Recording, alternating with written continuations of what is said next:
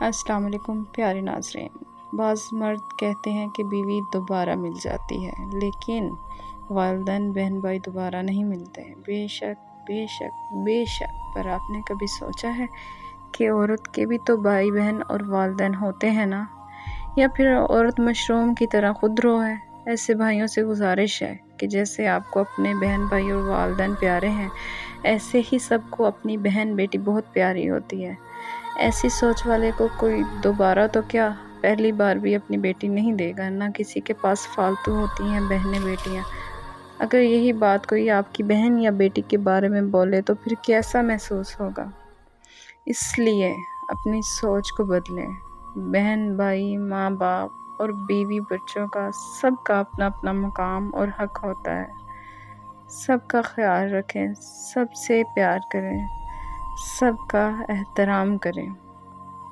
وہ شخص جو شادی کرتا ہے اور یہ جانتا ہے کہ وہ اپنی بیوی کو اپنے گھر والوں کی سختیوں اور ناانصافیوں سے بچا نہیں سکتا، اسے مرد کیسے کہا جا سکتا ہے؟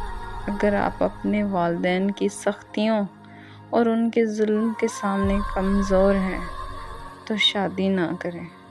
اپنی پوری زندگی کی محنت سے پالی ہوئی لڑکیوں کو اپنے خاندان کے ظلم و ستم کے حوالے نہ کریں۔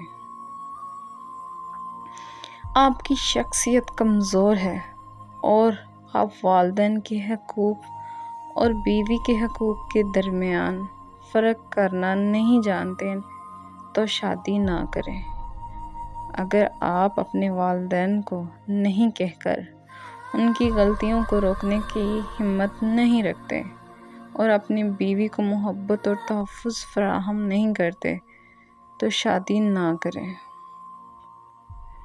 اگر آپ سمجھتے ہیں کہ صرف پیسہ کمانا ہی مردانگی ہے اور آپ محبت اور رحمت کے اصل معنی نہیں جانتے تو خدا را شادی نہ کریں۔